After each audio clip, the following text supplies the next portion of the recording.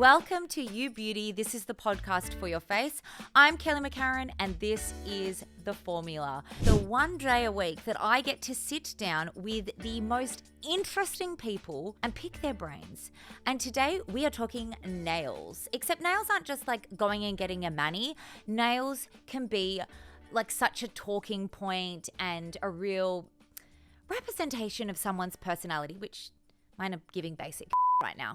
But today we've got one of the most iconic nail artists in Australia, Sarah Elmaz. She has kindly come up to Melbourne to join me on my little couch here. So let's bring her on in. Sarah, thank you so much for joining us. Thank you for having me. You have been working with nails and nail art for almost 2 decades. Yep. Wow. Crazy. How did you get started? Like, you're very big on socials, so walk us through your career. How did you get started? How did it get buffed? Like, all come about? Tell us everything. Yeah, like you said, I've been doing nails for 20 years. I actually grew up and did my school years in the UK. So I got my nail certificate in the UK, and nails and nail art was a very different vibe back then. It was sort of like a glitter tip. That was about as fancy. French? Yeah, French with a little glitter line or something. That was actually, about. that sounds quite nice. That was the sort of iconic, sets back then.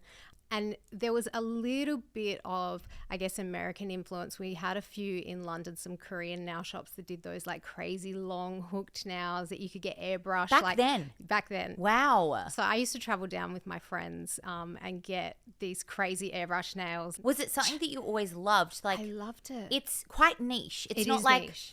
I'm going to be a beauty therapist because I really love beauty. Like, you wanted to do nails. Yes, and I wanted them to be wow. I wanted people to see them and be like, oh my God, they're crazy. Like, where did you get them done? Oh, that's great though. Yeah, it was really fun. Were you good at art growing up? No, surprisingly, not the type of art that you learn at school. So a lot of people do ask that, and I'm kind of like, I actually failed high school art, but it was because we were painting, like realistic fruit bowls and, the kind of art. I didn't know you could fail art, to be honest. I know. How bad is that? It's very subjective.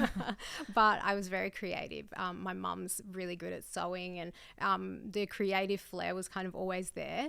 And I'm a bit of a perfectionist with things that I like doing, and I will just laser focus on it.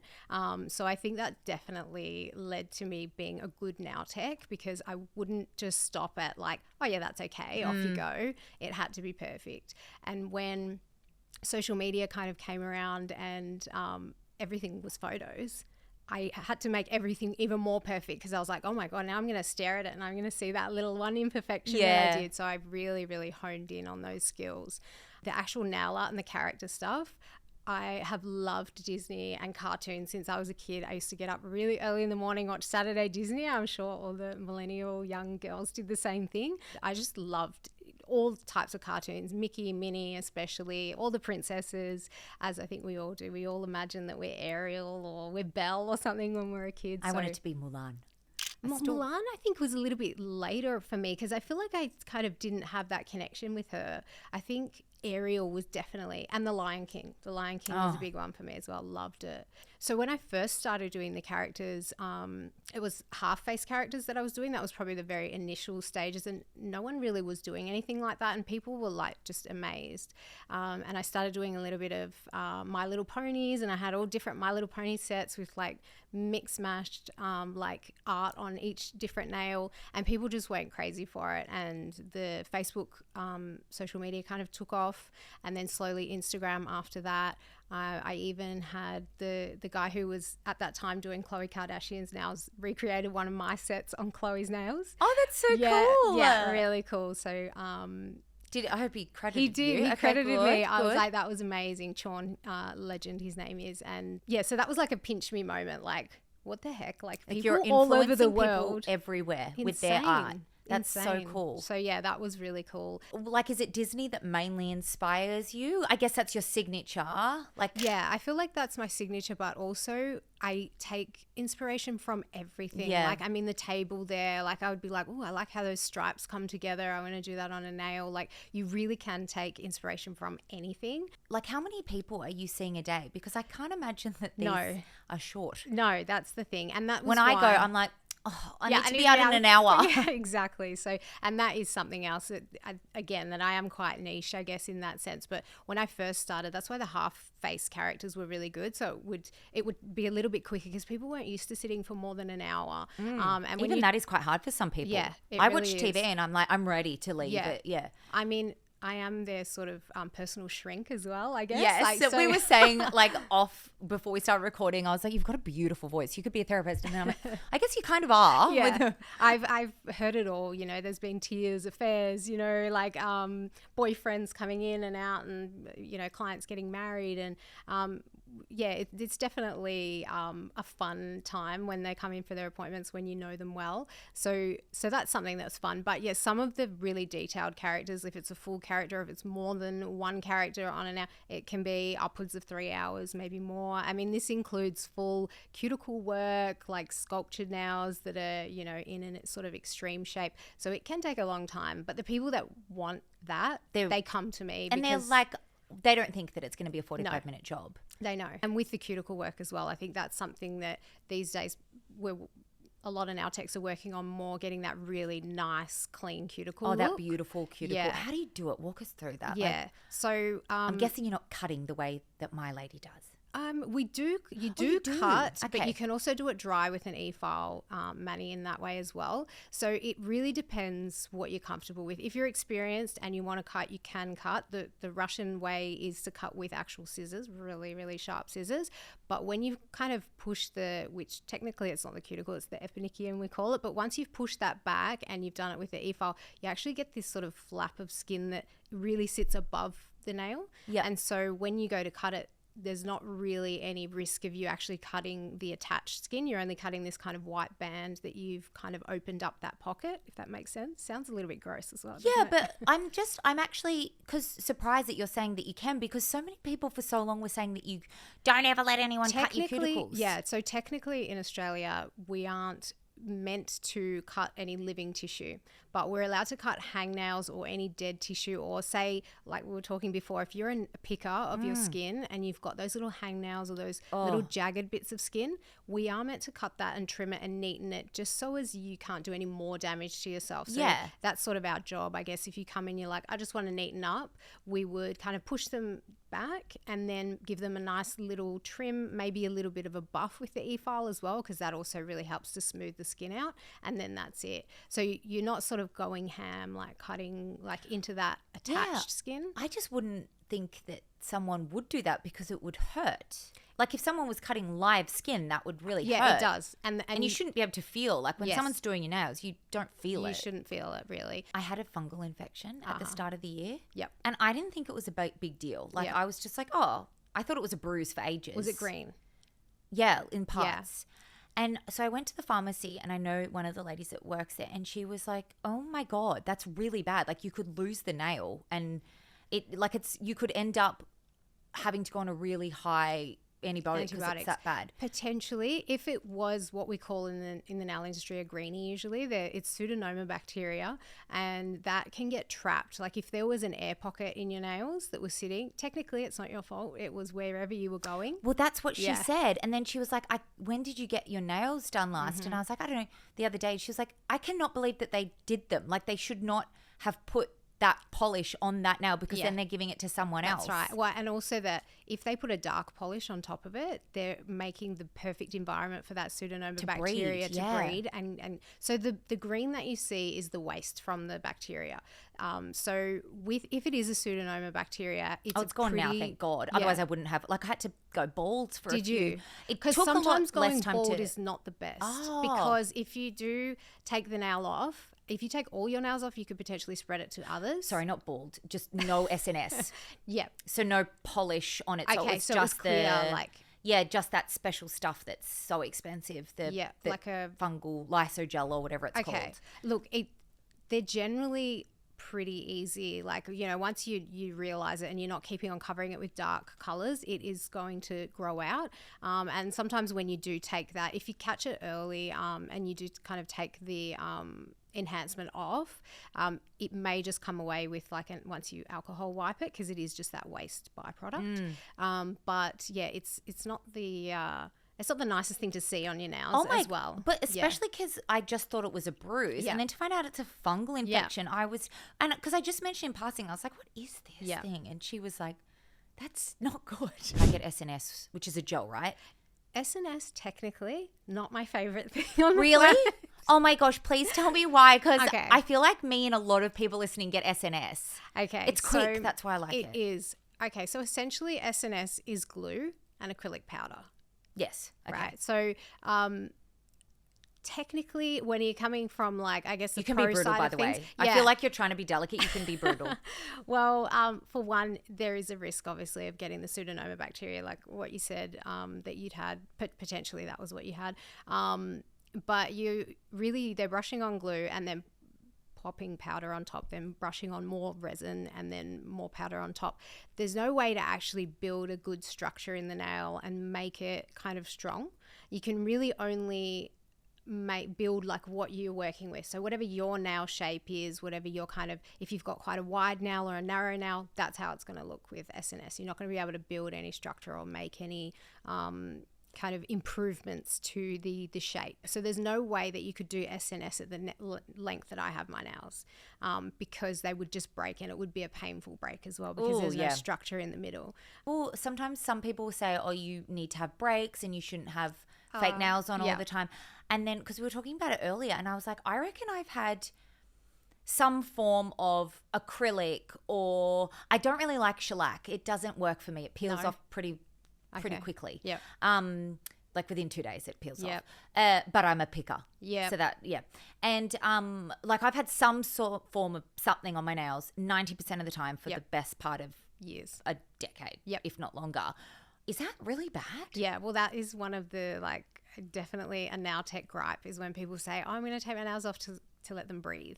Well, nails don't breathe. They're like hair. It's dead keratin. Yes, it's attached to your nail bed. So, if you accidentally chop your nail or something, it hurts, obviously, because it's attached to that nail bed. But only down there, really. That's it. So the actual nail plate surface, that's just the dead keratin. So the nail doesn't need any oxygen. It doesn't have lungs. It's not breathing. It definitely doesn't need any of that. But sometimes people do say, oh, they need a break, or they're a bit damaged. I want to give them a break. And nails are going to grow, so it's fine. If you want to give them a break, that's fine. But if it was a client coming to me saying, oh, my nails feel a bit damaged, or I've gone somewhere else and they're damaged, I would still probably suggest like a kind of short, maybe a structured mani with gel or something, just until that damage actually grows out. Let's talk about trends. So spring is around the corner. Yep. What trends are you forecasting? Fruits is definitely on trend, and 3D fruits as well. 3D little Disney characters are really going off at the moment. I definitely think a little underground kind of trend that's coming is like realistic skin looking with tattoo like painted on them.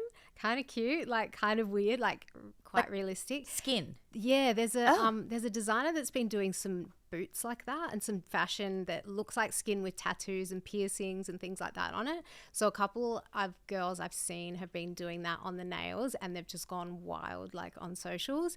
And definitely the piercings too, making the nails look like they've been pierced with like, belly button rings and stuff like that. Oh, wow. Yeah. What's the most expensive nails you've ever heard of? Or a celebrity nail tech did diamonds. I'm pretty sure it was on maybe Rihanna and ASAP Rocky or something at one of the Met Galas. Yes. Yep. So I think that they were like $10,000. It was, I think, US as well. But they were they really had expensive. actual diamonds. Yeah. Well, I'm surprised it wasn't more if they were actual diamonds. Yeah. What about colours? Like if you just want to definitely bright, always bright. I think in the summer and spring. I always love the corals. I feel like they always kind of come out in summer, especially on people's toes, and then people start to match, nails to their toes. Definitely corals, I think, and maybe some kind of reddy pink cherry type colours. Oh, cherry. Very cute. What about shape?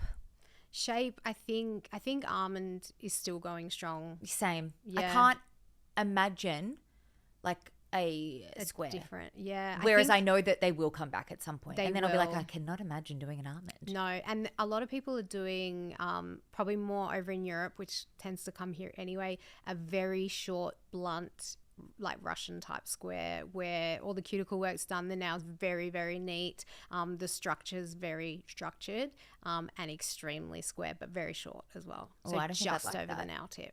I don't like just very square sounds Very a bit square. like it just would probably make your fingers look a bit chody. Maybe. Yeah. Yeah. What's something you don't like? Have you seen the duck tips? I have, but I thought that was a joke. No, it's some people. They like it. Yeah. Listen, everyone. I don't think I would like a tattoo looking thing on my nail or a piercing. Like everyone's got like such different things. True. I agree though. I thought that was a joke when I saw a photo of it. Yeah. What are your top tips of keeping your nails healthy? Definitely the cuticle oil and moisturizing if you can every day, even if you keep it with like your nighttime skin routine. So it's right before you go to bed, that cuticle oil and the moisturizer stays on your hands. You're not washing your hands and washing it off straight away. Definitely. And massaging it into the cuticle. Not because just plonking it on. Exactly. And that kind of helps to promote the nail to grow as well. As having a little scrubbing brush, maybe where you wash your hands like at your nighttime routine again, keeping the underneath really clean. It's really good for that. So when you get the soap in there, just grab that little nail scrubbing brush and go like underneath as well. How do you think that someone could ease off getting regular nail extensions, or if they're really addicted to the look but they want to save their nails, or they want to let their nails breathe, or save the money? How, like, do you have any tips for that, or you're just like, no, just keep going? I mean, yes, you would love them to keep going, wouldn't you? But like a more simple like structured gel mani or something like that is not going to be as expensive. It's going to be a lot quicker to get it done. So I would probably say, you know, if they were trying to save money from having like quite elaborate nails, I'd say take the length down, do a short, neat, you know, just painted like gel set. And if they do want to eventually just go back to their natural nails, say they want to grow their own natural nails, just take them off maybe slowly. Let them grow out a little bit, just thin them out, let them grow out a bit. You could remove them completely, but you're probably going to look at having short nails for a little while until that area kind of grows out. So I have to go every 2 weeks. Yeah. Because my nails grow quite quickly. I guess I get bold colors. Like I don't have to, but I'm like, ew. Yeah. What is the best practice for someone that really doesn't want to go that often? Like what would you suggest to someone that wants to get the most out of so they have to go as little as possible? Because it's just an annoying thing to have to do. Yeah. Sit there for me. Yes. Not everyone feels that way, but I do. So if you are going somewhere that does offer cuticle work and does like say Russian cuticles, maybe not technically Russian cuticles, it could be just dry cuticle work. And can you explain what that is? Yeah, so it's the pushing down of that kind of eponychium skin there and also trimming off the excess. Obviously the dead skin, you don't want to trim any of the kind of live stuff, just that white band of skin. If it bleeds, no. Yes, definitely do not want it to bleed. And like, because I find with a lot of my clients, and they're having nails like my kind of length, that they go, some of them are really naughty and go like 6-7 weeks. But surely it's half off at that point. I mean, well, this is the thing, because I do a lot of cuticle work, I guess some normal like shopping center type salons might be just doing a quick kind of push of the cuticle and not going as in depth as me.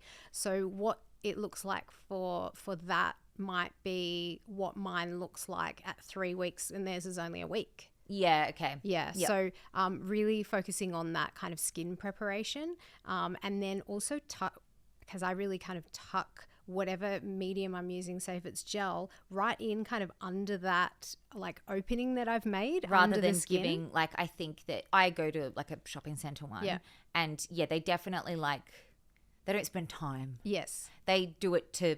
Like, and that's their job, you know. Which, a lot of the time, that's their job. It's $40. Yep. I just go in. It's 45 minutes. Exactly. And and then you want to be in and out. Exactly. You don't want them sitting there spending 30 minutes just on your cuticles alone. A lot of now techs that I've taught have said, like, you know, the shopping center salons, like, it's my competition and it's really tough for me to beat them because they can do, you know, a set for $45 in 40 minutes. And I'm like, but they're not your competition. They're not your competition. It's like that's their thing. Let them have that. That's I like don't saying, really want that kind of. Yeah.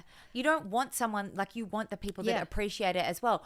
But also that's like saying that a special effects makeup artist is in competition with a bridal makeup artist. Like, they're absolutely not. Totally they're doing completely different things and servicing different needs. Yes. All right. Our last question is always about hit or miss. So what is one nail technique or product that you think everyone should try? Yeah. And what is something that you see all over socials that you just go, oh, for goodness sake? Definitely the oil is something everyone should try. Even if you have your natural nails and you love your natural nails, putting oil on them, pushing your skin back just a little bit with a cuticle stick. Don't be too rough. Can you use just your nails to like You could, push it yeah, back? you could. And massaging it in and spending like a good 3 minutes doing that, I think is such a good thing for anybody, no matter, even men. And I've got 2 boys, and sometimes like they get a little bit dry cuticles, and I'll push them down. I give them a little kind of dry manicure and put some oil on, and they're like, they sit there and they look, they actually love it. It's really cute. Imagine if one of them became a nail biter, you would have been like,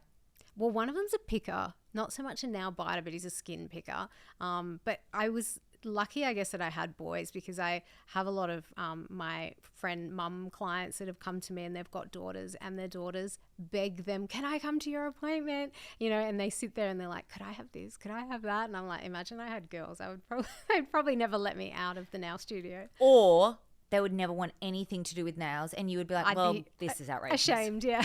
This is outrageous. Where did you come from? Yeah, exactly. Okay, so that's your hit, cuticle oil. Miss is probably, as I said, the SNS and maybe the Gel X. So the Gel X is a full gel tip. While I do think that they're really good for occasions, say formals and things like that, I don't think that they're a nail that should be regularly, like, if you're having your nails done all the time and you're getting the full gel tips put on every time, just because they need to. What is that? Can you, what is a full? You will have seen them, but you maybe wouldn't have even known. They're basically a full clear kind of plastic tip, and it gets stuck on with like the gel. first time you get acrylics. Yes, except it's a full tip. So it doesn't just stick on like the free edge part. It goes all the way down to the cuticle area. Oh, okay. And it's put on with gel. So the actual tip is made of gel, and then it's cured with gel. So they're really quick and easy, and when you get good at them, you can get nails done in a lot quicker time. The only thing, my reasoning for not loving them for people that are having regular nails, is because they have to be removed every time. So every time you come back, you're having them taken off, you're going to thin out your nail plate. It's quite harsh. Yeah, essentially it's going to at some point thin out the nail, and you're going to have weakening of the nail plate. But again, I mean, each to their own. Like, well, at the end of the day, it's nails, mad. isn't it? We're in the beauty industry. We're not saving lives. So no, that's you do right. you. Exactly. So it's great to know. Yeah, I think it's something that just for someone, if they don't care, if their nails get damaged, go for it. Keep having them done. But Gel X is maybe not quite the thing that you want to get done regularly. But definitely for a formal, or girls at school that, can't have nails at school and they just want them for 2 weeks in the holidays, perfect. They're perfect for that.